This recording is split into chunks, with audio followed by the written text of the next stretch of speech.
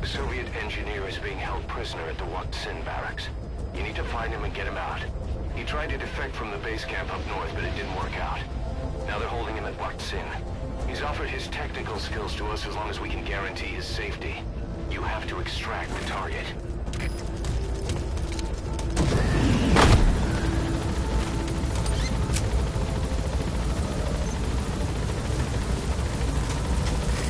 Your target just happens to be the man who developed your prosthetic hand.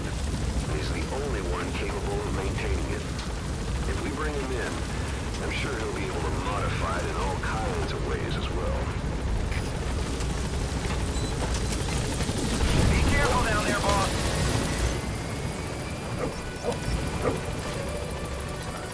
Good dog.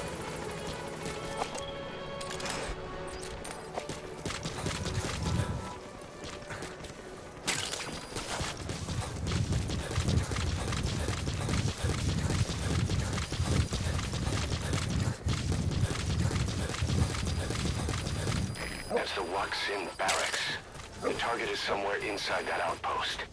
The Soviets consider him a traitor now, so he'll be treated like any other prisoner.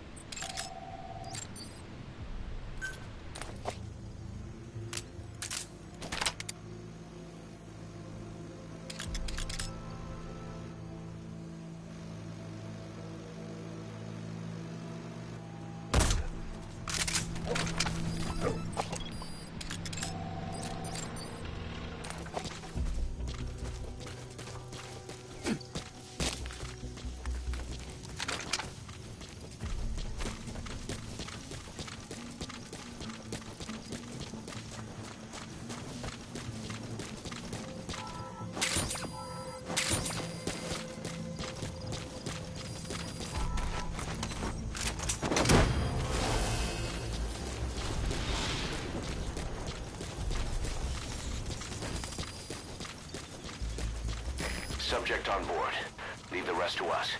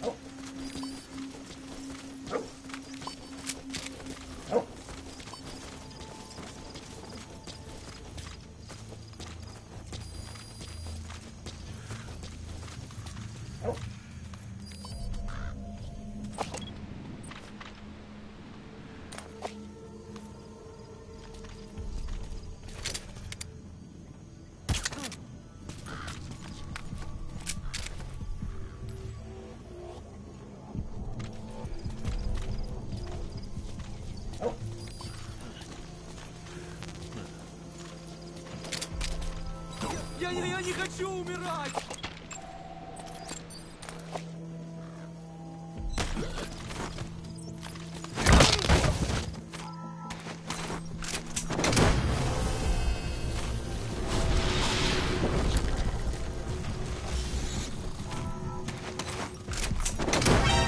Boss, get down.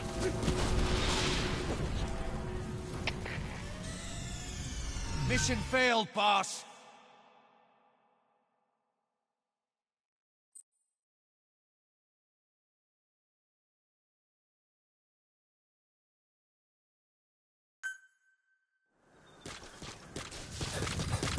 That's the Wak-Sin barracks. The target is somewhere inside that outpost. The Soviets consider him a traitor now, so he'll be treated like any other prisoner.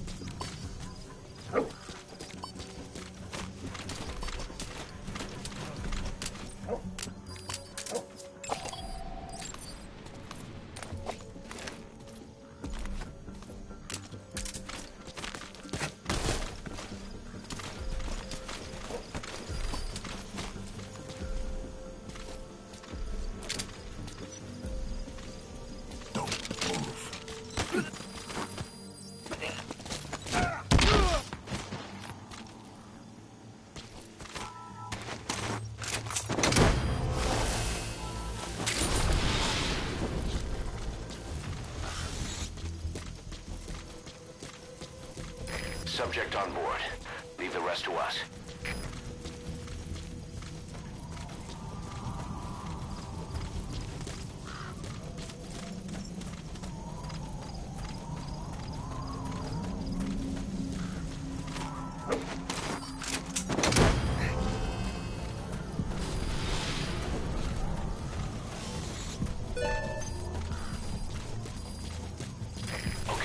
Subject is in.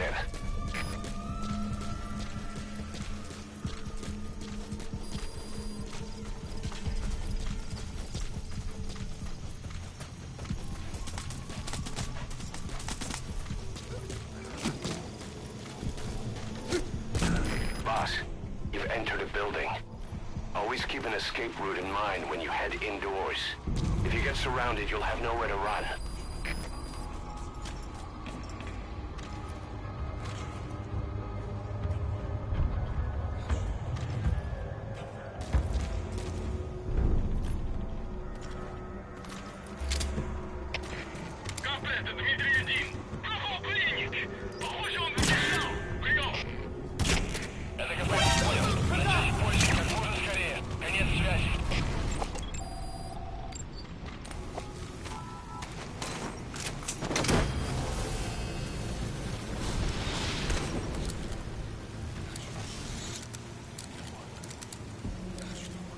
He's coming too. Roger that.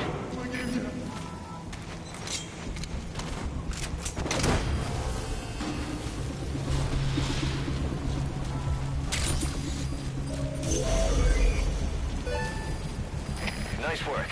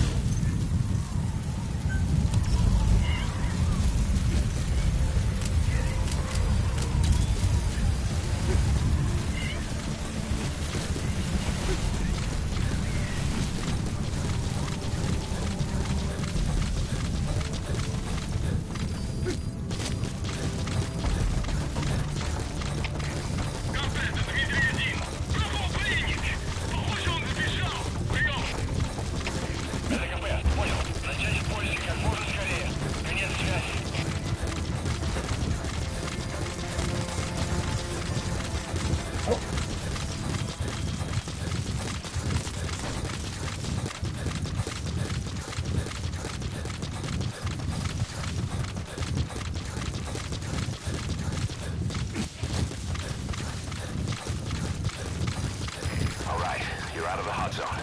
No enemy forces in pursuit. Mission complete.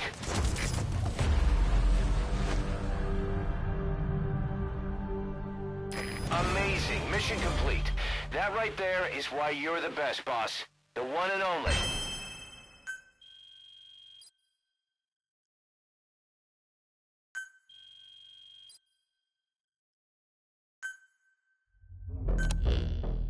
The engineer we rescued has been extremely cooperative. The guys on the R&D team are glad to have him aboard. Thing is, his specialty isn't mechanics, but something called bionics, engineering based on biology. He's already submitted a proposal for modifying your prosthetic arm. If you're interested, go ahead and give the development order.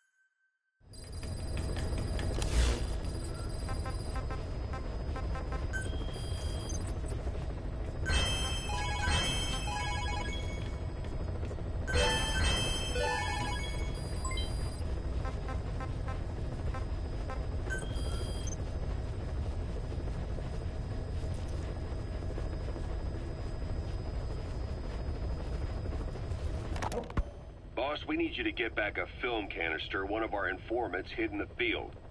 He was working under my orders to investigate the extraordinaries that showed up in Cyprus. The man on fire and the floating boy that keeps showing up where they're not welcome. Apparently they were the subjects of some top-secret research conducted by the Kremlin. Unfortunately, that meant our informant drew the attention of the KGB's Directorate S, and they took him out before we could make contact. The good news is he placed a report in a film canister and hid it somewhere in Spookmate Keep. Just before he died, he transmitted VI of the hiding place to us, but the data was cut off partway through. The image is far from clear, but it might provide the clue you need. We'll be analyzing the data further to try to clear it up, but for now, get to Spookmate Keep. The KGB have already dispatched a Spetsnaz squad to retrieve that film canister and cover the whole thing up. Boss, there's no time to waste. Head to Spookmate Keep and use the VI as a clue to find and retrieve that target. Why was Sahelanthropus mobile? How are the man on fire and that kid connected to Skullface's plan? If we can just get that report, we can blow it all wide open. Then we can shake off the last remnants of Skullface and the phantoms he left behind.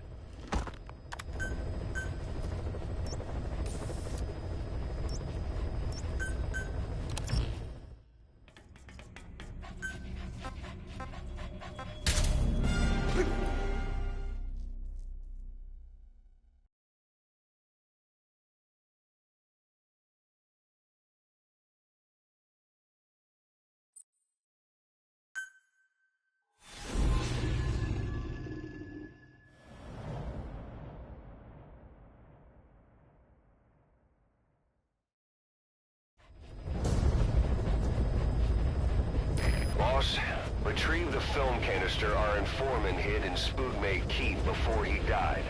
It contains vital information on Skullface's plan. For now, our only clue is the garbled photograph the informant tried to send us before the end. We're working on analyzing the data, but there's no time to wait. A KGB Spetsnaz squad is after the target as well. Boss, go to Spookmate Keep and use the VI to lead you to where the film canister is hidden. It is paramount you retrieve the target before the enemy does.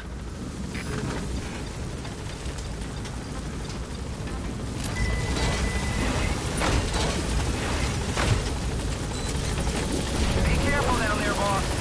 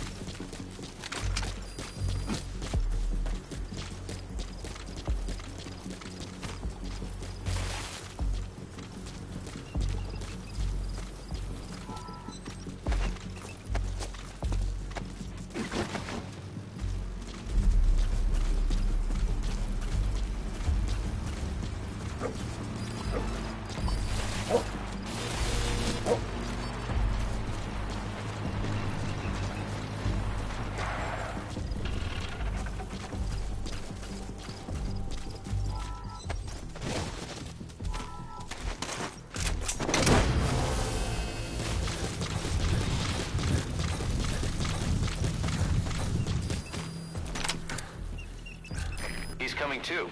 Roger that.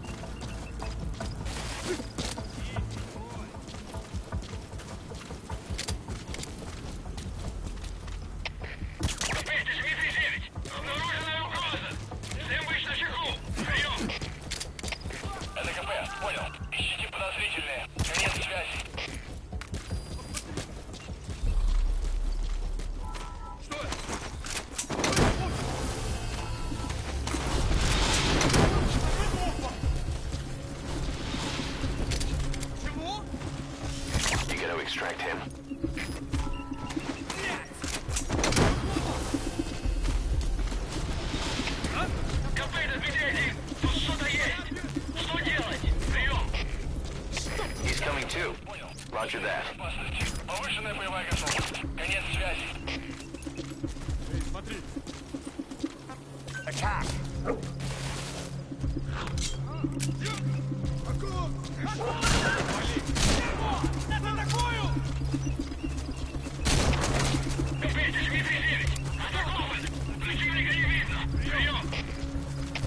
Это КП, понял. Будьте начеку. Выгрузите врага. Конец связи.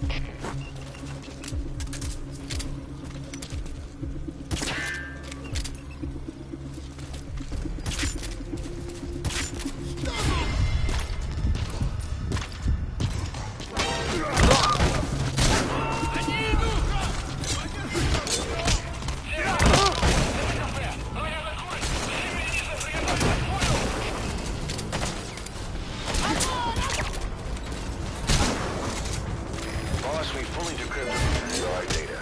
Now the target's hiding place should be clear as day. Check your iDroid.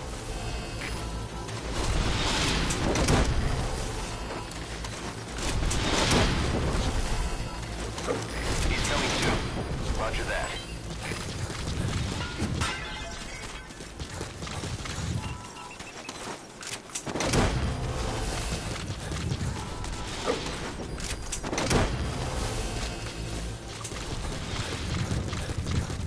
You gotta extract him.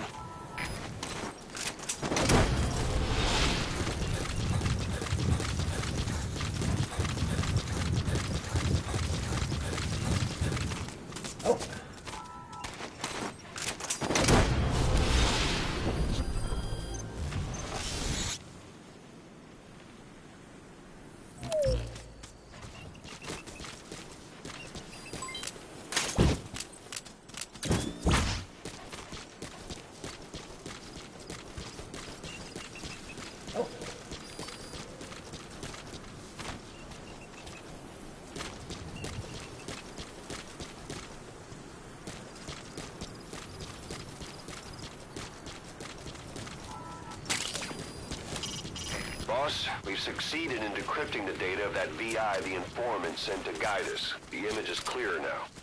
If you compare it to the terrain around you, you should be able to locate the hiding place. Find the target.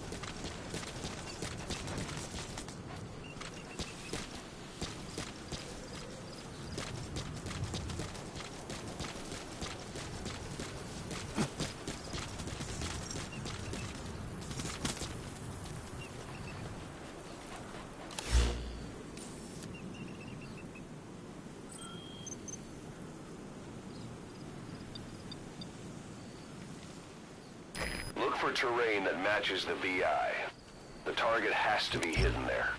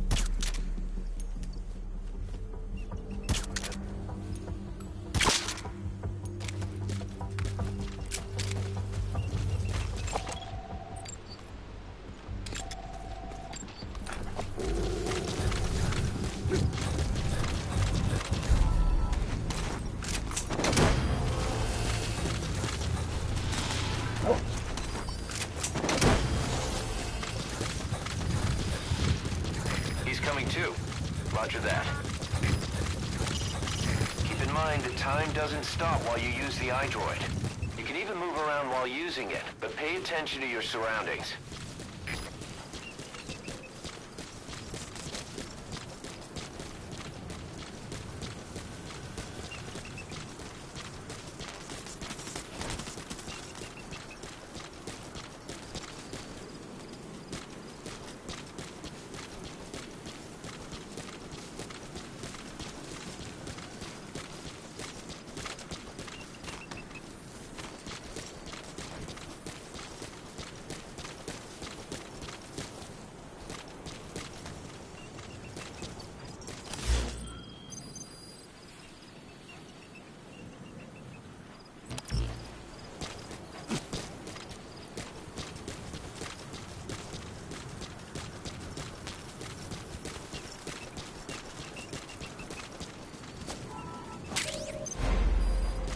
Completed your objective. Now get out of the hot zone.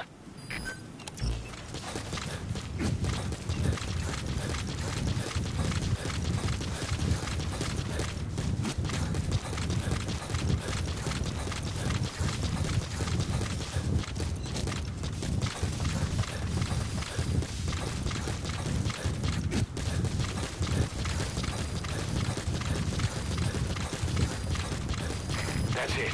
You've made it out of the hot zone. No sign of the enemy. Mission complete, boss.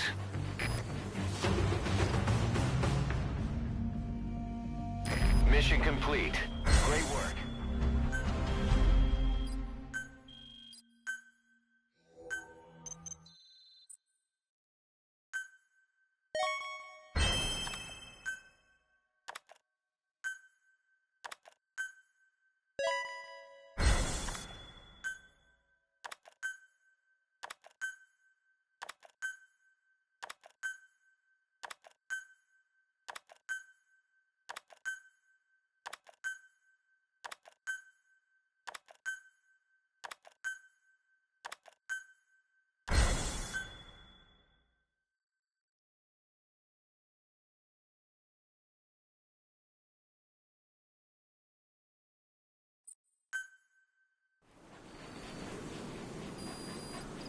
Boss, I've updated the mission list.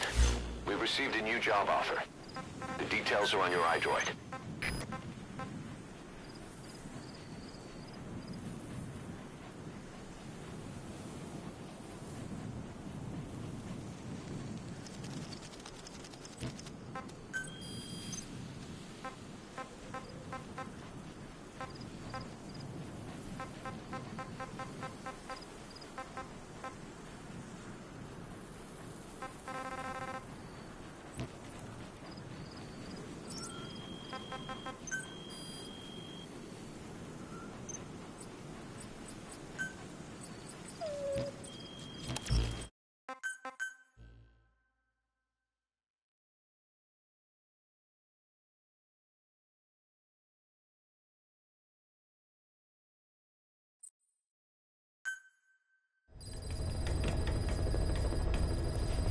Boss, I've updated the mission list.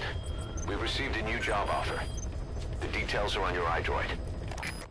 The CFA are gearing up for a large-scale attack against Angola's MPLA government.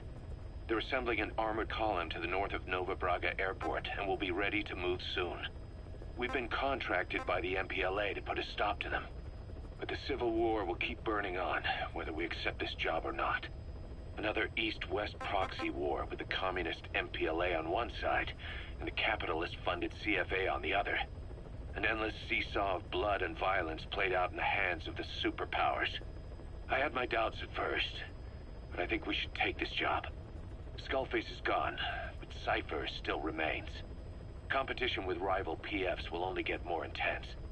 For us to survive, we need to expand our organization and get strong enough that no one can threaten us. So our only option is to fight and grow, and fight and grow.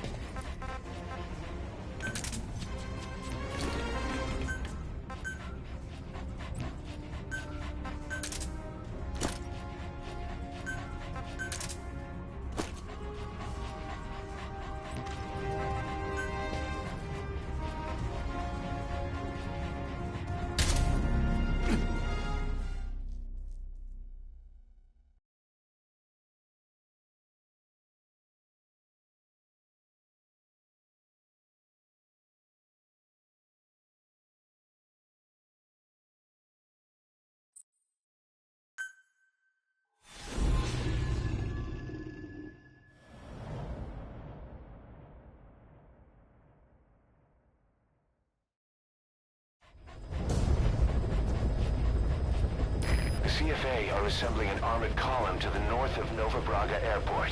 Your job is to wipe them out. Listen to the tape for the contract details. Just be aware that the column's commander served with 5 Commando and later made a name for himself in South Africa's 32 Battalion. He's a hardened veteran, so don't take him lightly. Boss, I have a report from the intel team. The targets are now on the move. I've sent their predicted route to your iDroid.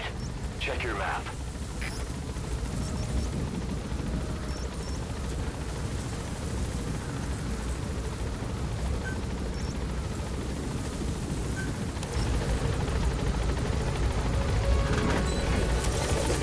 Be careful down there, boss.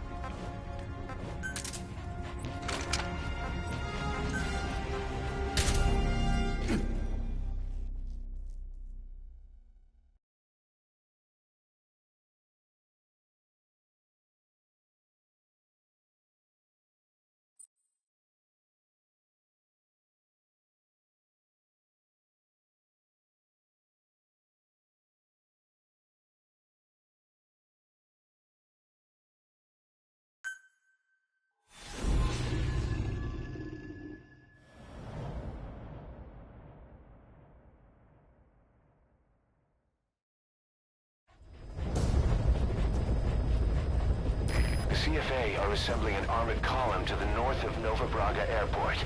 Your job is to wipe them out. Listen to the tape for the contract details. Just be aware that the column's commander served with 5 Commando and later made a name for himself in South Africa's 32 Battalion. He's a hardened veteran, so don't take him lightly. Boss, I have a report from the intel team.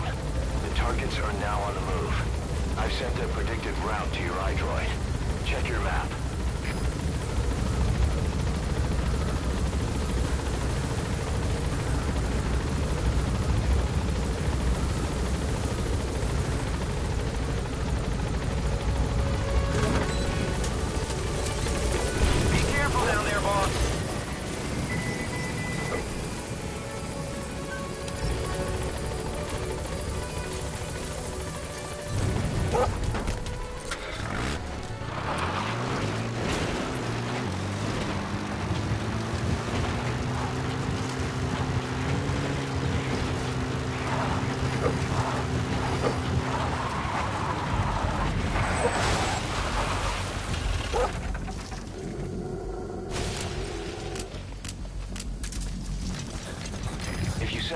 capture cage. It'll trap small to medium-sized animals. The support unit will handle the extraction, so all you need to do is place the cage.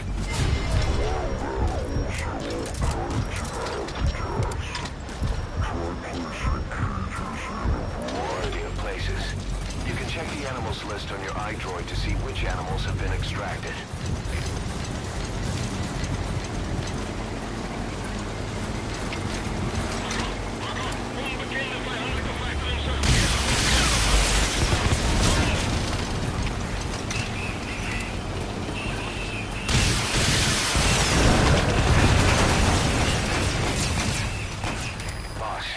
Targets. Check your iDroid for the details.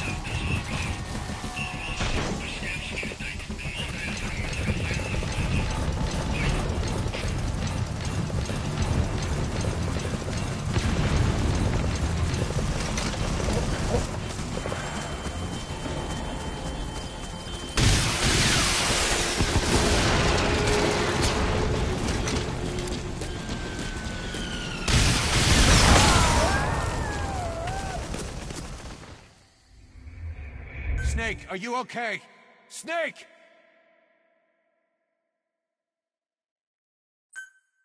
The CFA are assembling an armored column to the north of Nova Braga Airport.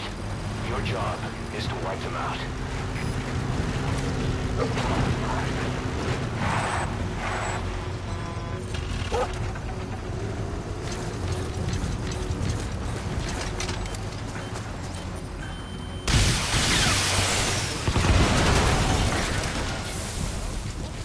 Nice work.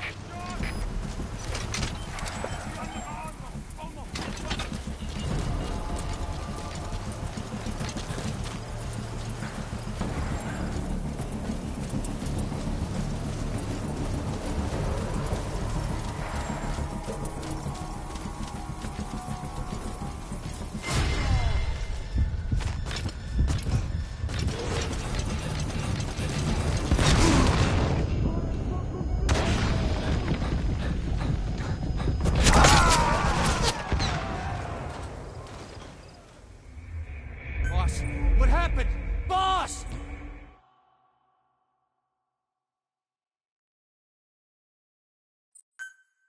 The CFA are assembling an armored column to the north of Nova Braga Airport. Your job is to wipe them out.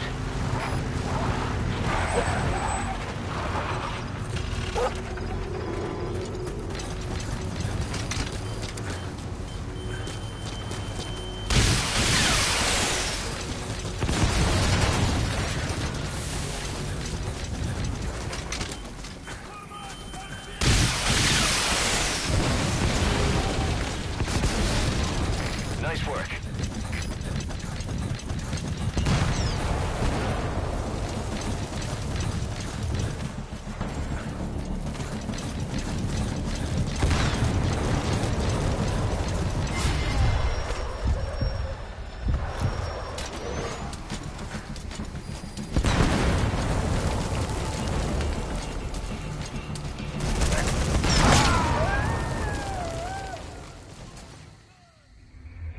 Hey, quit kidding around. Snake? Snake!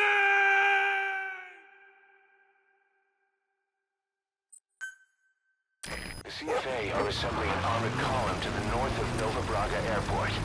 Your job is to wipe them out.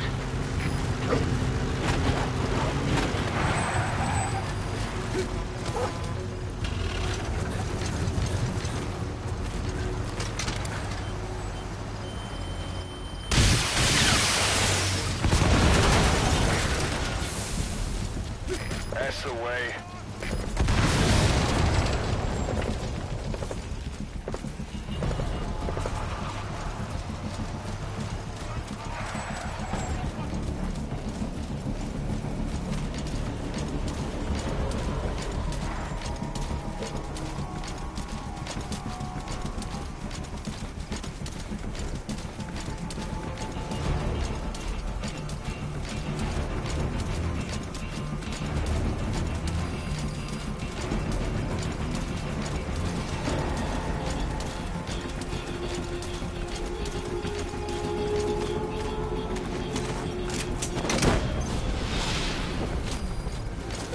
Nice work, boss. The targets are almost history.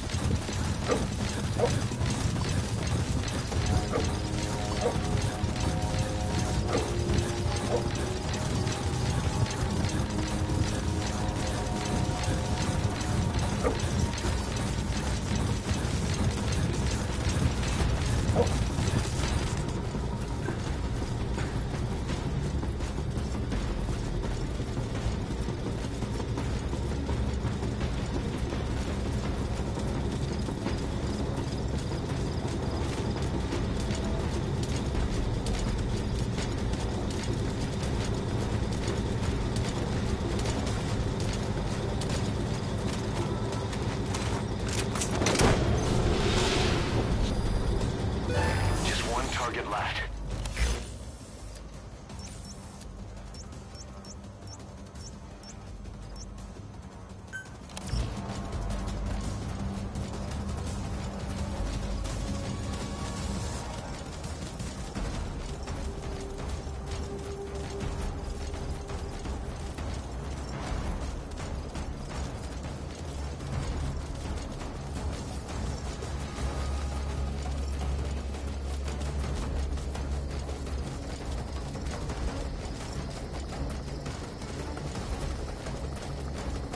That's an enemy gunship.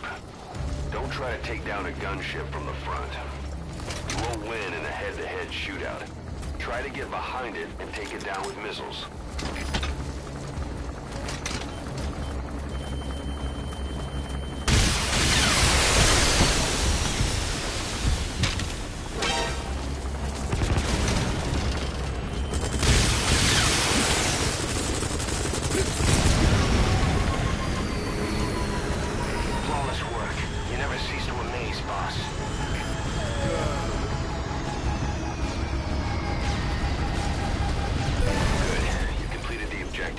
Now get out of there.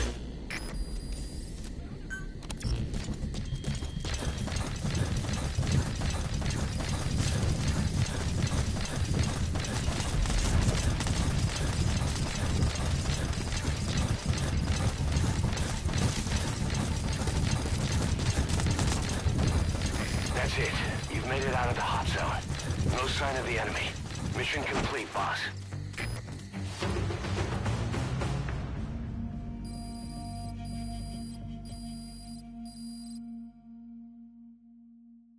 Mission complete, and how?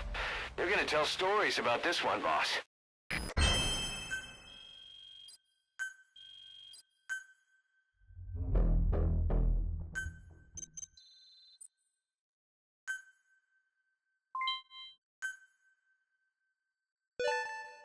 Good.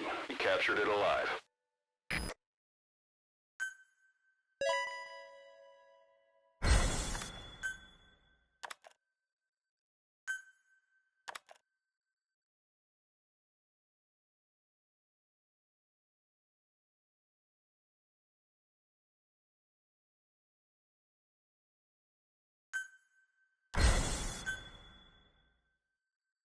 Boss, as we suspected, the mastermind behind the kid's escape was Eli. It's hard to believe, but apparently he'd been plotting an armed uprising against us. He could be hiding something else, too. Ocelot's gonna press him for answers. Get back here as quick as you can.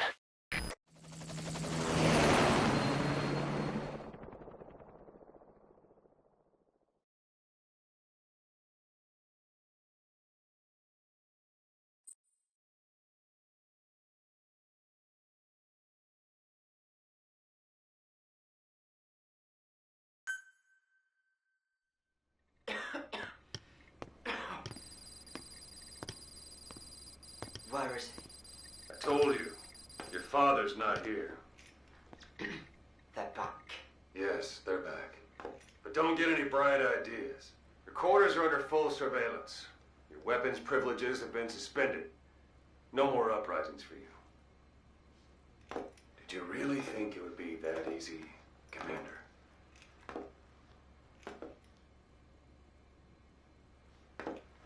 You'll get your boys back. Hell, even see the boss, too. But first, I need to know what you sent them to do. They wanted to leave. To their homelands. They wanted to go home. That's all. So they were just homesick, then?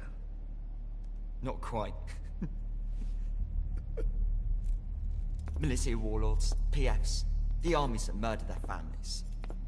Cousins, brothers, parents. They all had someone they wanted to kill.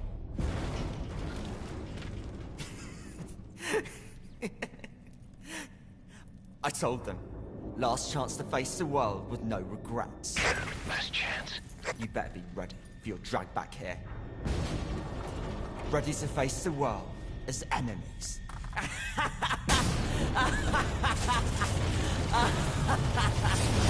No!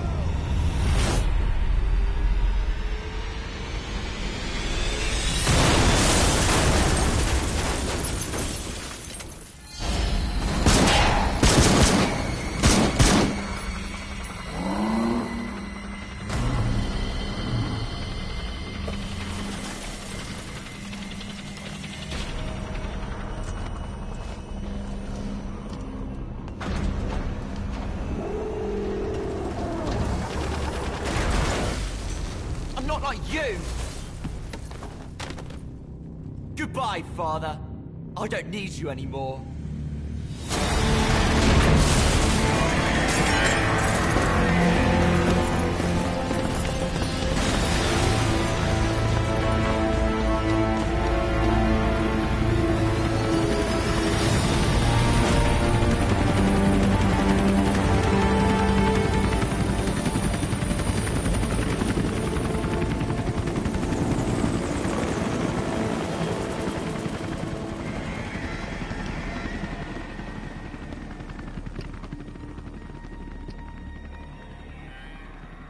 Was Ralph really an accident? Or did Eli just rig it to stir up the boys? Either way, he had to have been planning for this all along. Bidding farewell to the world.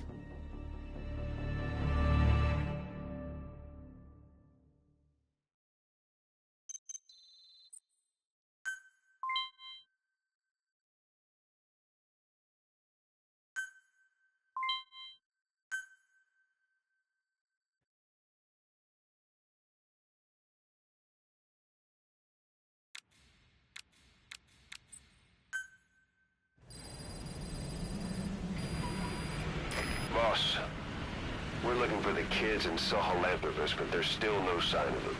We don't know if the chopper pilot is alive either. Good. What have we gone and put in the hands of those kids? We don't know how bad this is until we find them. Also, regarding our concerns about Eli, I finished looking into whether or not he's a product of that project. I have an answer. I put it on tape. Give it a listen.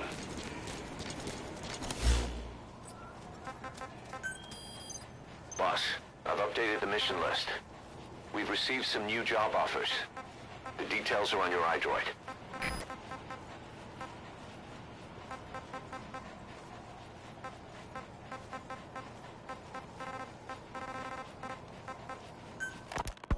Boss, we've got the results of Eli's genetic tests. We can finally put this worry behind us.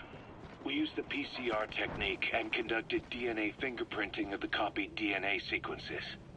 Neither is mainstream science yet, but the concepts and procedures are sound. Both tests say there is 0% chance that the two of you are blood relatives, meaning the results are negative. He's not your son, nor is he your clone. He's just another person. It was 12 years ago that Zero made plans to clone you. Eli's age and appearance certainly are a good fit. I admit the first time I saw him I did a double take, but it looks like we were worried for nothing. Eli isn't your clone, though you might still have one somewhere out there. But if Eli isn't the boss's clone, why does he seem so obsessed with him? Not to mention having one hell of an attitude for his age. I don't know. Learning the truth about himself, cursing the fact he's a clone, bearing a grudge against selfish adults, and coming to hate who he was cloned from. Big boss. If that were really the case, I could understand it. I might even feel a bit sorry for him. But no clone could have a totally different DNA fingerprint. And the test left no room for error. You yourself were there when we drew Eli's blood sample. Come to think of it, when we went to OKB-0, he'd snuck onto a chopper and was there. Yeah. He was acting strange even then. Welcome back. Or actually from a little before that time. That was exactly when we began these tests. Maybe he suspected something when we drew the sample, not knowing what we were doing to him, and becoming mistrustful of us. Hard to say. Eli's had an attitude problem from day one. So what is he then? Well, if he's gonna tell us that himself, we'll need to get him to open up more first.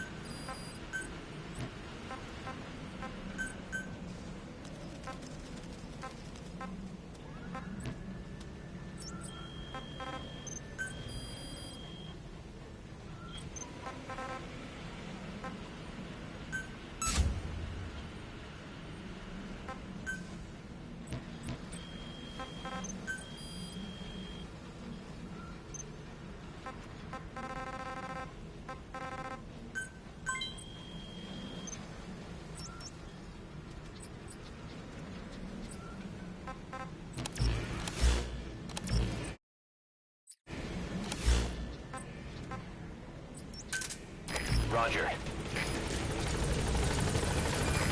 This is B-Quad. Arriving shortly at LZ.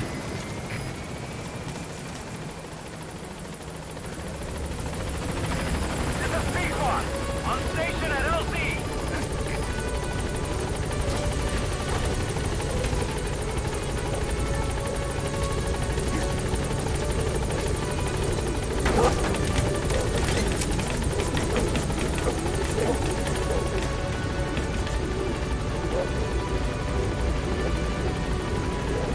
Gaining altitude.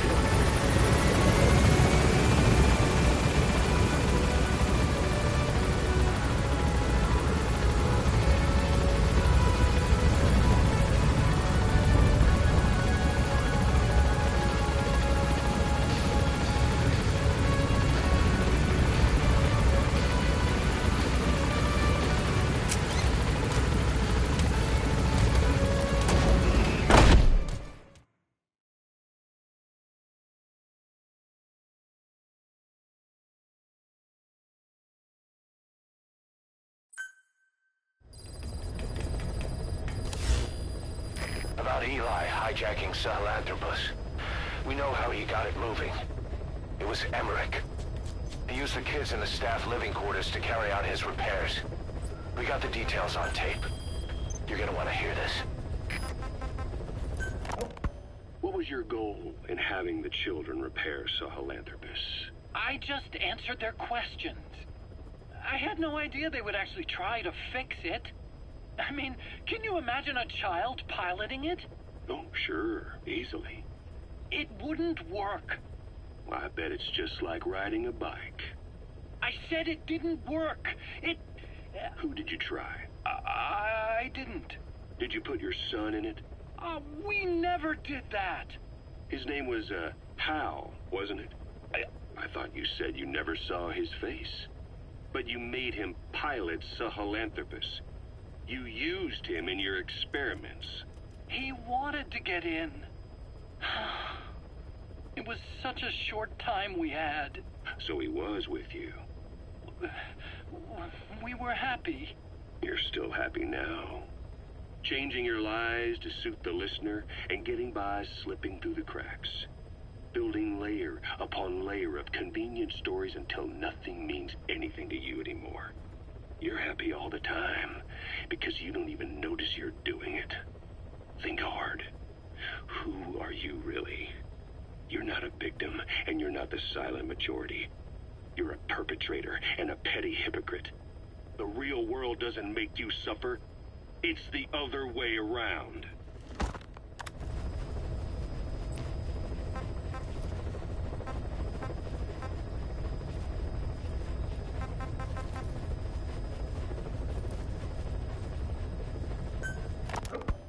Skullface, real name unknown. Born in Hungary, more specifically northern Transylvania, after it reverted to Hungary from Romania. While he was young, the country allied with Germany as part of the Axis powers, but later during the war, it came under Soviet occupation. The Hungarians struggled for independence, but the Soviets came down.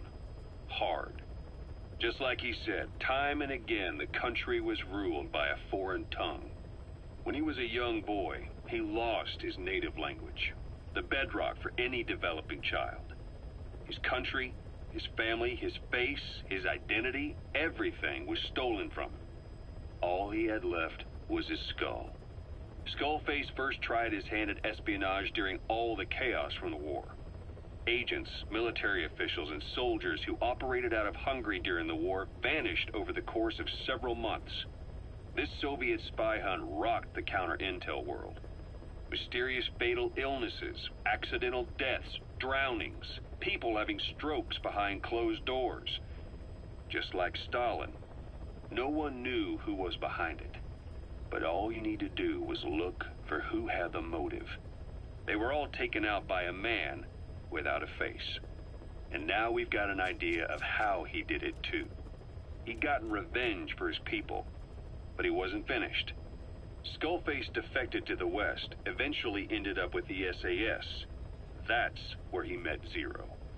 It's possible he began planning this whole thing back then. It's hard to say. In any case, Zero made him his XO. He always did have a thing for oddballs. But this one was set to lead a unit no one else would know about. When Zero created Fox, he also formed XOF as a support team. An unconventional special forces unit designed to support Fox, make it stronger, with Skullface given the orders. Zero never even told the boss about it, nor the CIA, naturally. If Fox was Zero's silver bullet, XOF was the recoil when he pulled the trigger, just like Newton's third law. While you were with Fox, Skullface was operating behind the scenes, sometimes as your backup, sometimes as a mole or a scout, sometimes as your cleanup crew. Fox's tale, making sure the mission succeeded and that you survived. We only have his word to go on, but Skullface's goal was revenge against those who'd use language to subjugate people. Those corrupting a people's identity by forcing a new tongue on them. Those using the power of language to control information. Naturally, that set his sights on Zero. To Zero, English was simply the most convenient code. But to Skullface, English was a parasite. And by eradicating it, he'd stop the world from being eaten away. If that didn't work, he was ready to see the world scorched by nuclear fire. To save language, culture, and race from annihilation, he was willing to overstep the hands of the Doomsday Clock. That is, of course, if you believe anything he had to say.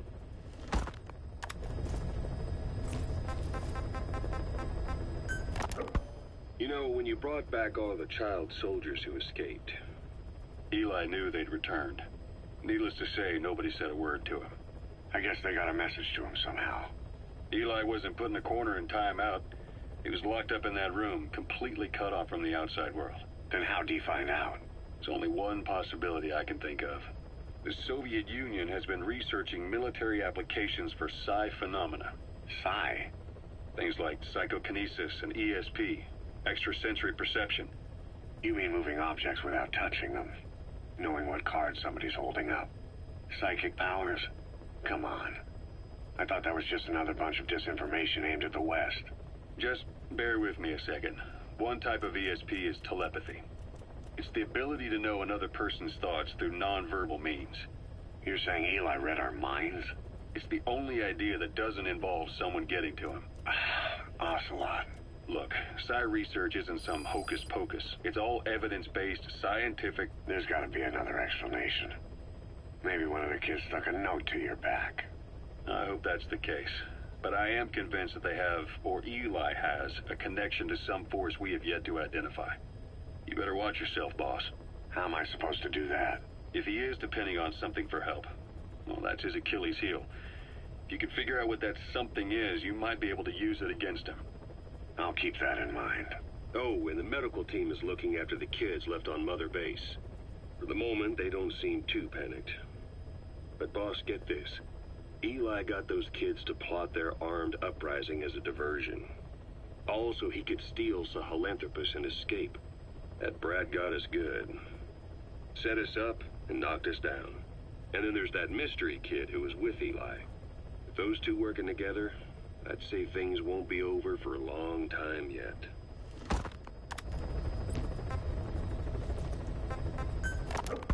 We finished decoding the informant's report.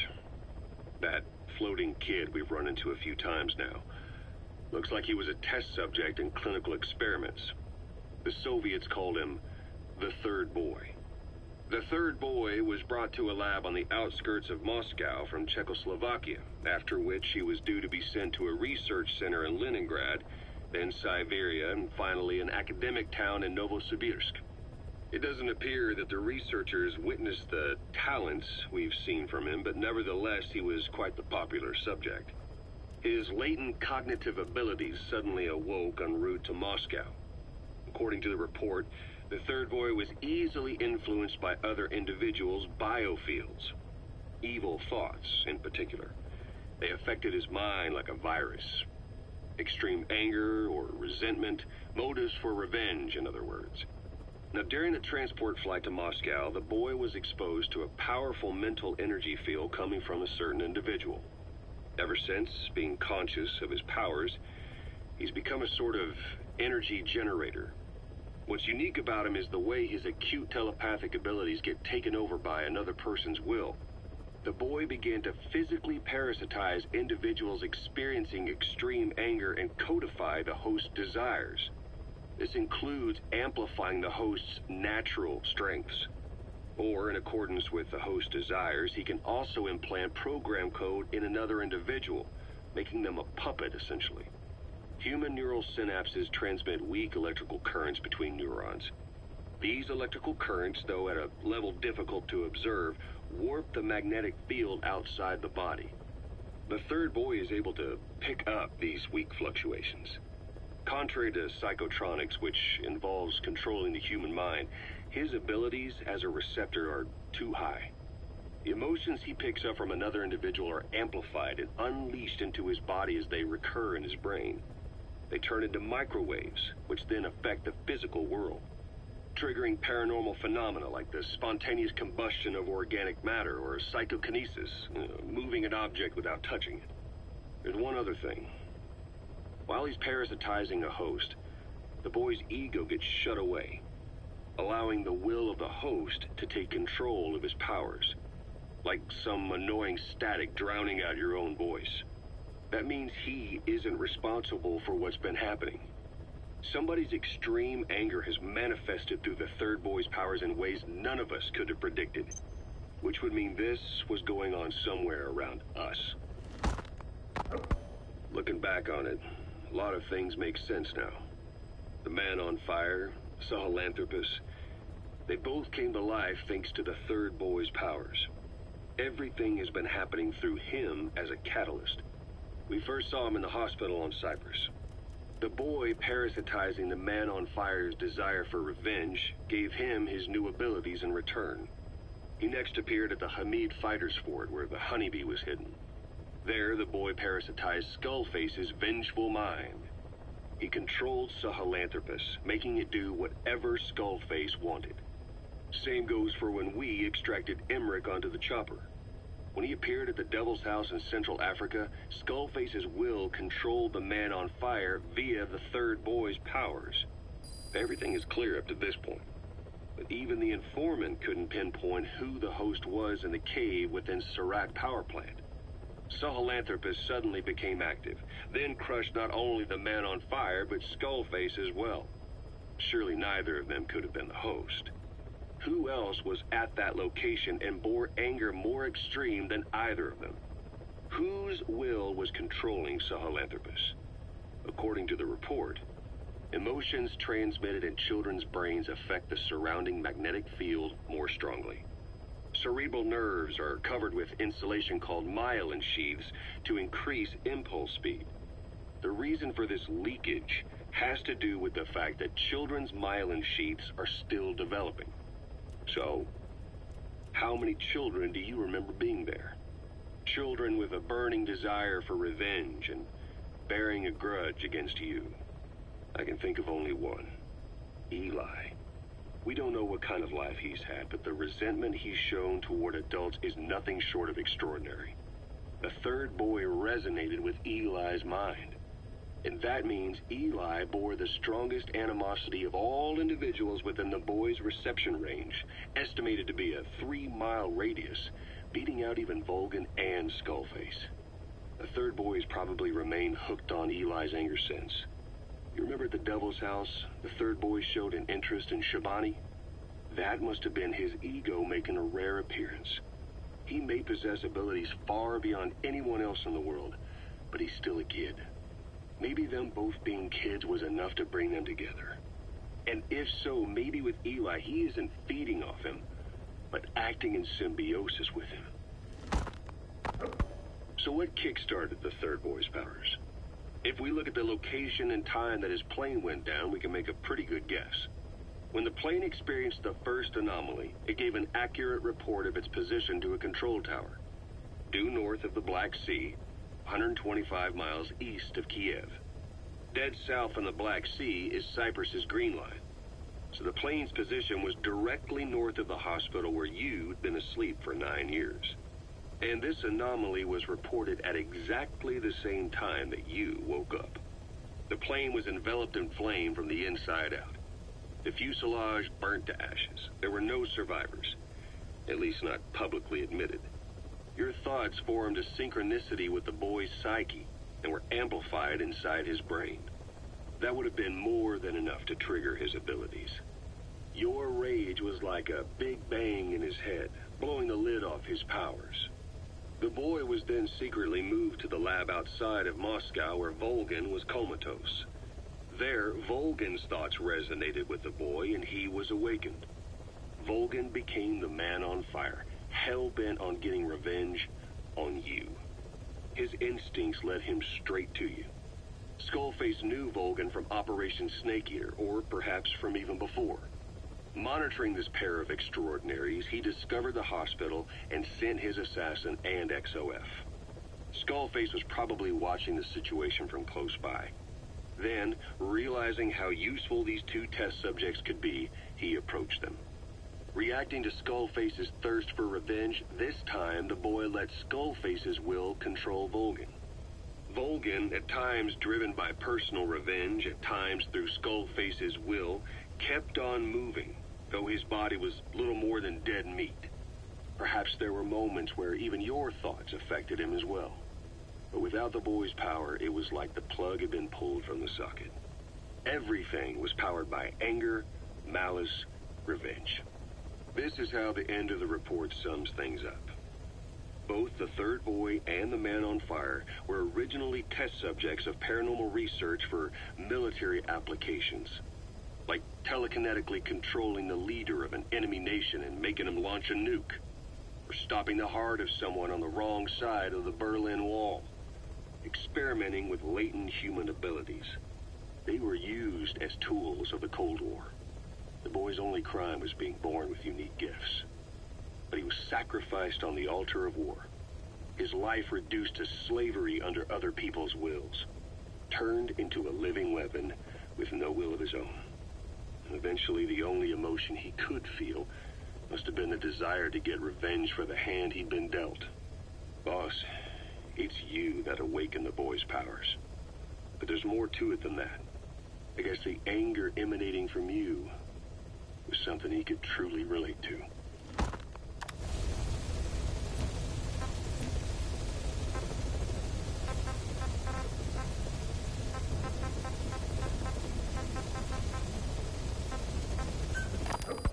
Feeling hungry, old-timer? Old timer. I do not get hungry, no. But you have a new hamburger? You guessed it. And this time we used lamb. Lamb? You're not a lamb kind of guy? A hamburger is made of beef. Who ever heard of a hamburger without beef? Yeah, but we gotta stay fresh, stand out from our competition. You're what? Just give it a try. If you say so.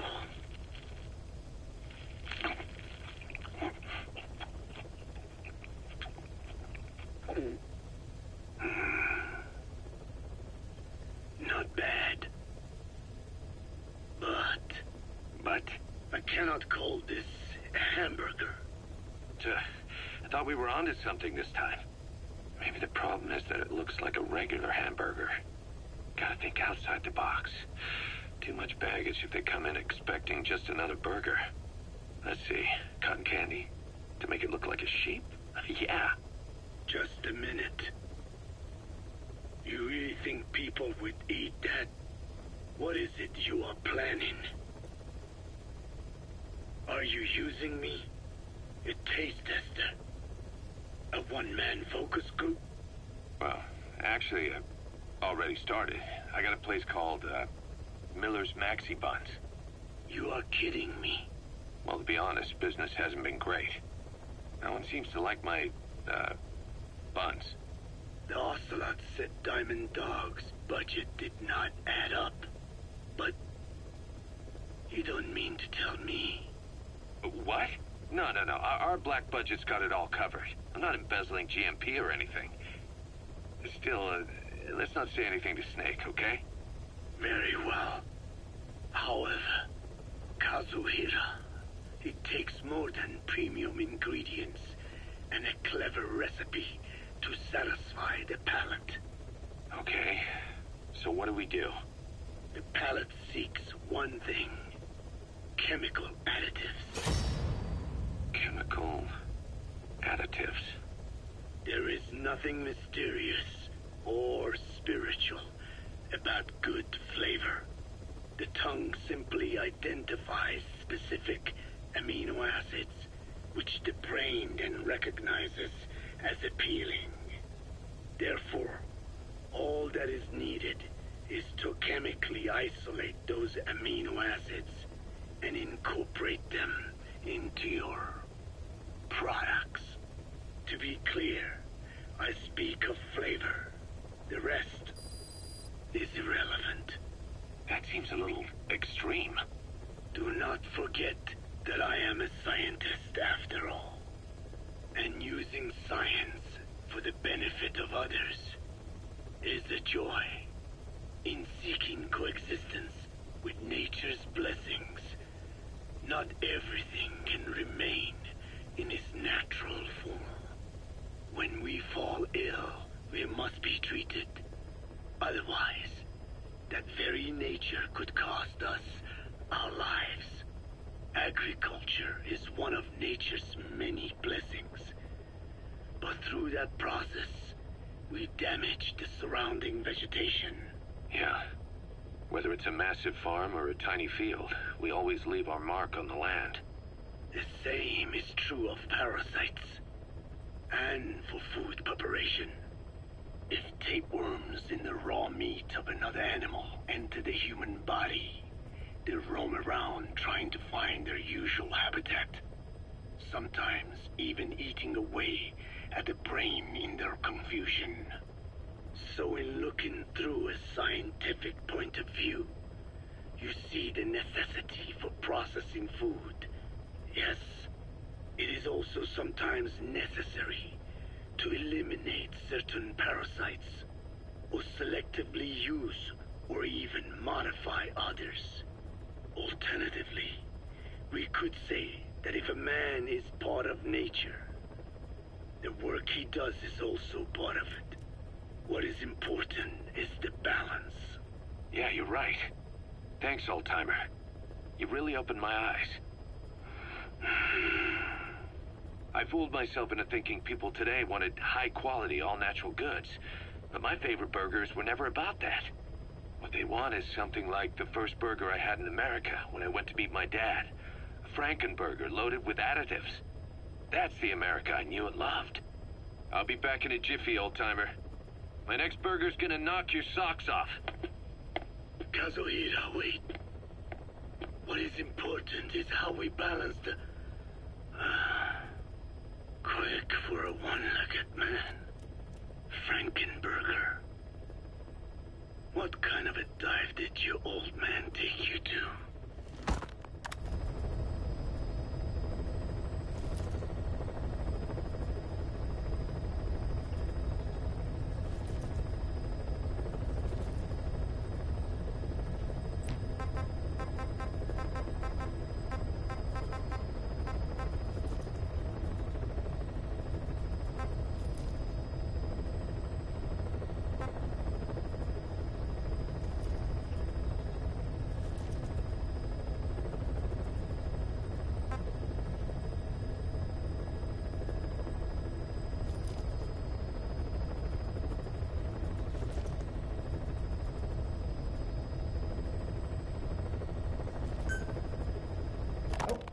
Rise and shine, old-timer.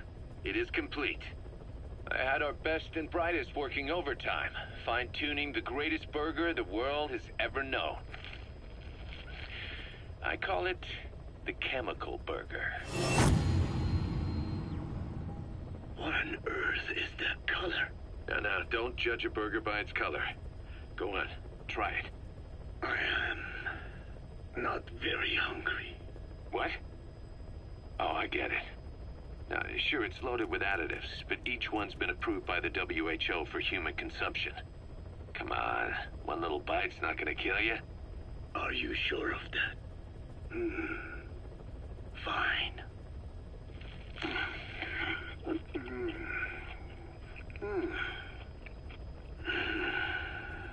Well, what do you think? It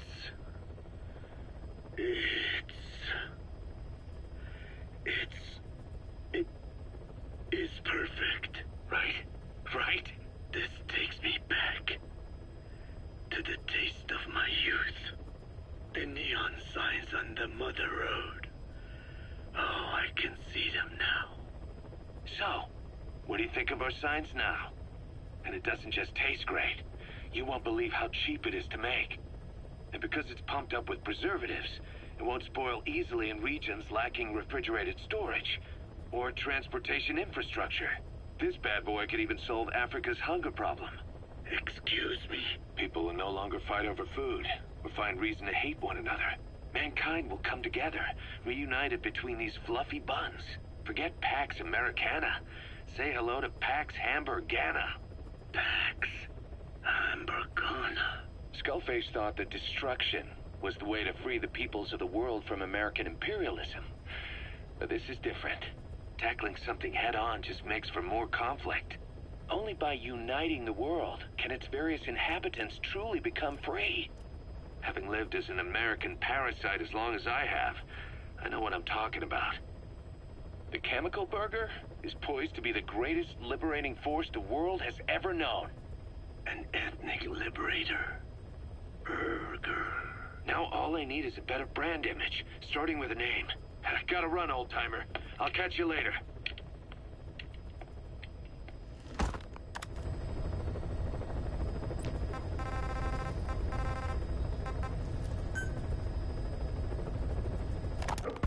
I have no doubt Skullface's plan is almost complete. At that point, I will no longer be of use to him. I must leave behind this record at least. A record of how the ancient vocal cord parasites became these abominable ethnic cleansing parasites. I believe he has two purposes for the ethnic cleansing parasites. The first, as their name suggests, is ethnic cleansing. This conflict between East and West that envelops the world will not last much longer.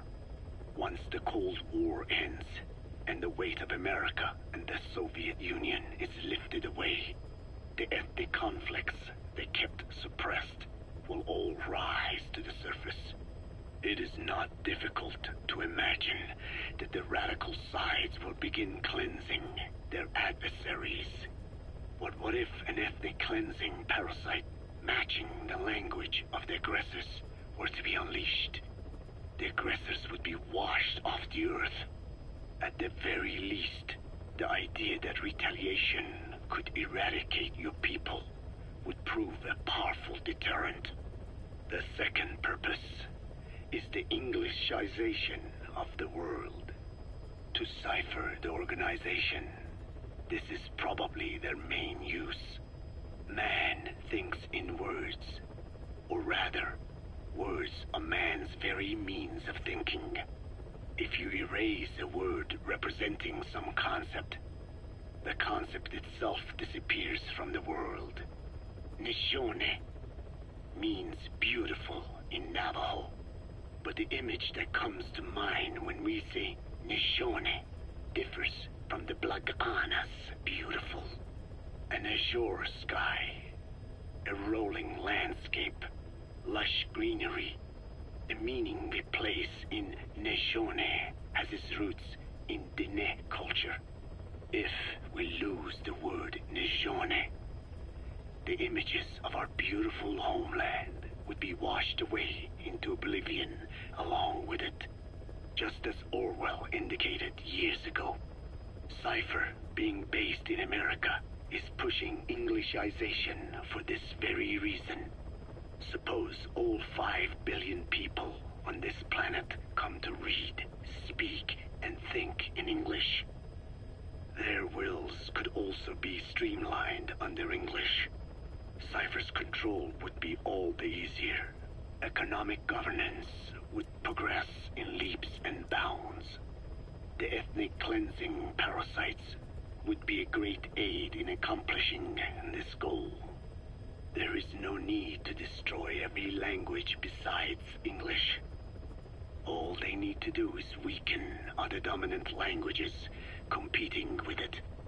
Russian, Chinese, Arabic.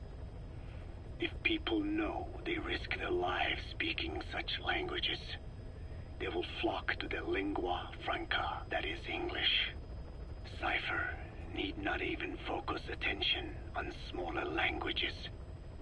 After all, they are already being eaten away by English. Business, education, film, commodities.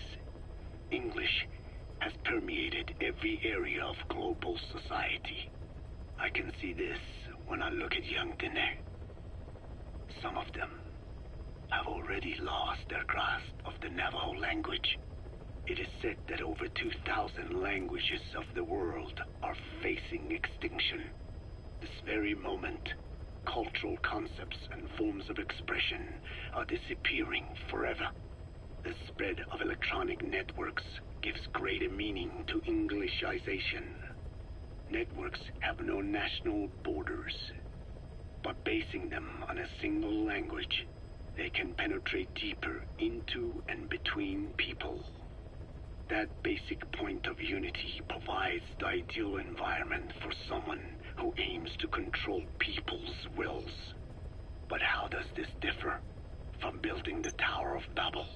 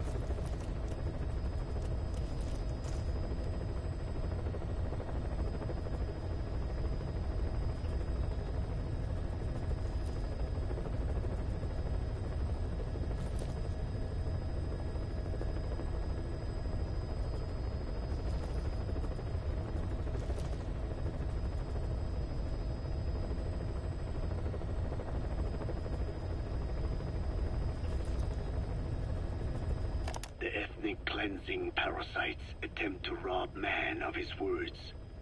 Such irony. It was the vocal cord parasites that gave words to him in the first place. Ancient man had no language, unable to produce complex sounds due to the structure of the throat. He could communicate only through simple vocalizations and gestures. Then the vocal cord parasites infected his larynx. Man's transition to walking upright did not gift him solely with intelligence, but also with his voice. At the time, the vocal cord parasites never harmed man. They merely took a small measure of nourishment. In fact, you could call it a symbiotic relationship. Some animal species use particular vocalization patterns to attract a female and reproduce. Songbirds, certain insects, and also the vocal cord parasites. The difference is that the parasites themselves did not produce sounds. Rather, they had their hosts, man, do it for them. Once secure on the human host vocal cords, a male vocal cord parasite caused the host to produce a certain sound pattern, something like a warble of a bird. Meanwhile, females parasitizing other host pharynxes need only wait. Upon hearing the sound pattern of an attractive mate, they would manipulate their hosts into making contact with the person it came from. The female traveled through his host's saliva to the other host's vocal cords, where the male was waiting and the pair copulated. We can only imagine how the female manipulated his host, but it was probably through smell. Smells traveled directly to the limbic system via the olfactory cilia in the nasal cavity. Volatile compounds released by the female would stimulate the limbic system, which controls instincts, making the host feel amorous. This kind of sexual selection naturally led to competition between the male parasites. Males that had their hosts produce sounds perceived by females as more attractive succeeded in copulating and producing offspring. Evolutionary traits caused by sexual selection are curious. The peacock's feathers, the mannequin's dance, the firefly's luminescence pattern. Even with courtship behaviors that are not advantageous to survival, those individuals that excel in them produce offspring, and it escalates with each generation. The same was true of the vocal cord parasites. Courtship vocalization rhythms and intonations became more sophisticated, and in order for man to produce such sounds, they had to alter his vocal organs. By lowering the position of the larynx and developing resonating chambers, they enabled more complex pronunciations. But that was not all. The vocal cord parasites activated a transcription factor that would later control man's language ability. A protein that, due to its appearance, is called Four-Ked Box Protein P2, or FOXP2. Activating this transcription factor led to the development of brain function capable of creating sophisticated frequency changes. This was the pinnacle of the vocal cord parasite's prosperity. However, this sophisticated pronunciation control was too useful for man to ignore. Once human sexual activity ceased to be only seasonal, and having lost pigment-based sexual characteristics, distinctive vocalizations became the most effective means for humans to attract mates as well. Combined with logic pathways hardwired into the brain, or universal grammar, it was not long before advanced communication was possible. This was the birth of language. Luckily for man, it was around this time that a particular retrovirus was circulating. While not lethal, it infected not only man, but the vocal cord parasites as well. It is presumed that this virus removed part of the parasite's DNA and reverse transcribed it into man's reproductive cells. It was a vector. Among the genes it transcribed were the ones responsible for the production of language. The vocal cord parasite's vocalization genes were written into the human genome. The parasites were no longer of any use to man now. Man could use his voice as he pleased, when he pleased, hindering the parasite's courtship vocalizations. Having lost their opportunity to reproduce, the parasites died out, leaving behind only the transcribed genes. The vocal cord parasites were once in symbiosis with man. Its genes even became a part of his. Humans and parasites are extremely close. As such, it will be extremely difficult for man's immune system to eliminate the vocal cord parasites. Even cutting them out will be no simple matter, which is exactly why these ethnic cleansing parasites are such a formidable weapon. The rise of the vocal cord parasites goes back approximately 300 million years to the Permian period. At that time, they were not even parasites, but predatory autotrophs. They are believed to have been the common ancestor to the Pentastomida and the Cyclops genus of copepods. However, Earth's environment underwent a violent change at the end of the Permian period. The cause is unclear, but evidence suggests that over 90% of the Earth's organisms at that time died out. The most pronounced threat to the protoparasites was the severe reduction in oxygen concentration. The result was cladogenesis, a splitting that gave birth to a new strain that could parasitize other organisms' respiratory apparatus. This survival tactic helped lower their oxygen consumption, and inhabiting the throat kept them securely in contact with inhaled air. The best survivors were those that parasitized the reptiles that flourished at the time. Entering the Triassic period, the reptiles evolved into dinosaurs, and the protoparasites shared in their success. Dinosaurs developed respiratory organs called air sacs to adapt to the low oxygen environment. These in particular helped the protoparasites thrive. But another trial awaited them. The end of the Triassic period saw another drastic change in the Earth's environment. For most parasites, the male and female take the same host. Many are, in fact, hermaphrodites. Originally, the vocal cord parasites were as well. But for any strain to ride out a severe environmental change, it must secure a steady pool of genetic diversity. Another split. Now the newest strain procreated with mates found in other hosts. And in order to increase its encounters with those mates, the new strain utilized the voice of its host. They came to inhabit the host's vocal cords. This truly was the birth of the vocal cord parasite. The parasites developed the host's pharynx to form resonating chambers and used them to produce sophisticated mating calls. The relatively upright posture of the dinosaurs was important in this because the crooked L-shaped pharynx was more suited to the development of resonating chambers. These developments ushered in a time of great prosperity for the parasites. But for the third time, the parasites had a major hurdle to overcome.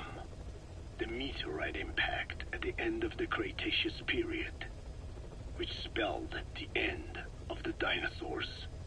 With their hosts extinct, the vocal cord parasites had no option but to find a new habitat. Birds.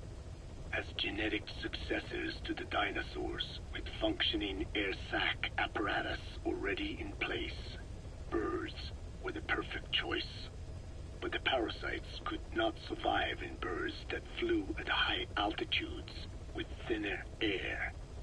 So they parasitized ground-dwelling birds and altered their respiratory system for the sake of reproduction. They gave the birds the means to produce sophisticated sounds. The syrinx responsible for chirping. This is the proof that points to activation of FOXP2 in songbirds as well as humans. The Cenozoic era began with a rise in oxygen concentration, which helped mammals to evolve and increase in size. The parasites then shifted to humans as a more effective host. Humans' bipedal upright walking meant that our throats could support larger resonating chambers. At first, vocal cord parasites entered humans using birds as their intermediate host. But eventually they changed to conducting their entire life cycle within human hosts. What happened next is as I have already described. People took the vocalizing prowess given them by the parasites and made it language, And once the parasites could no longer use it as their mating call, they died out. Or in other words, the parasites overcame all evolutionary hurdles except humanity. Skullface shared his opinion on this matter. He said the Ethnic Cleansers Project was sure to succeed. After all, the parasites had a grudge against us humans. To think we awoke them after such a long slumber, just so they could sate their thirst for vengeance. It is terrible, unforgivable, and yet, it is what I have done. I learned of the vocal cord parasite's existence in literature belonging to the Foundation. It was little more than a theory.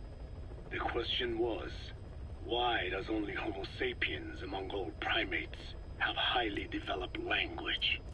Human versus everything else.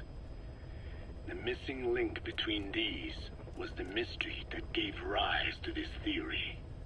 I was fascinated by the idea of their existence. In the Dene creation myth, the Neo Dene, who first inhabited the world, were insect-like creatures. I came to imagine that those insect-like creatures could be humans living in symbiosis with the vocal cord parasites. But I had not the faintest idea of how I could resurrect them. That is when Skullface came to me. What he offered me was not just assistance with my metallic archaea research. He told me the vocal cord parasites really existed. And not only did they exist, they had already been brought back to life in the modern age. An ancient human cadaver, host to the parasites of the time.